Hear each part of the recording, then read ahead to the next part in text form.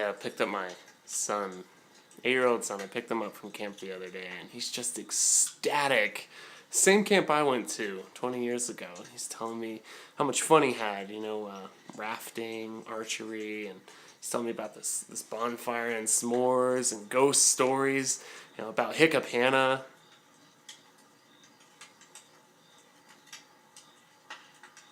And I'm listening, and it's just interesting. Now, sometimes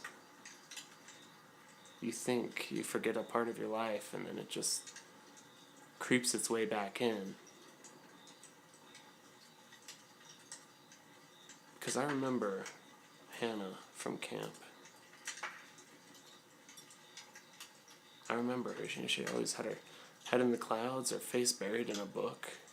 And for some reason, if you're that kind of kid, it just gives the other kids an excuse to pick on you relentlessly. But Hannah always smiled. I remember the last day of camp, we had waffles and syrup for breakfast. Hannah got the hiccups. And it was just so crazy because, they lasted through breakfast. They lasted through lunch. Past dinner. The last day of camp, we have this bonfire. We're doing s'mores, and some of the other kids say they're going to get together and scare the hiccups out of Hannah. They're going to push her and scare the hiccups out of her.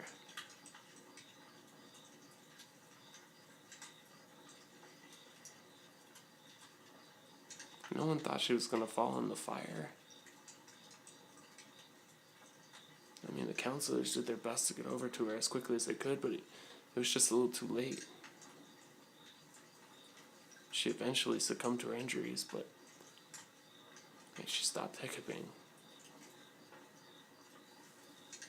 Hannah isn't just some ghost story.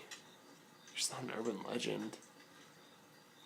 My son's telling me that they're telling these tales that if, you get the hiccups around the campfire, that Hannah's going to come crawling out of the coals and drag you back into the depths of hell with her. And Hannah was the sweetest little girl. She's not Hiccup Hannah. She's just Hannah.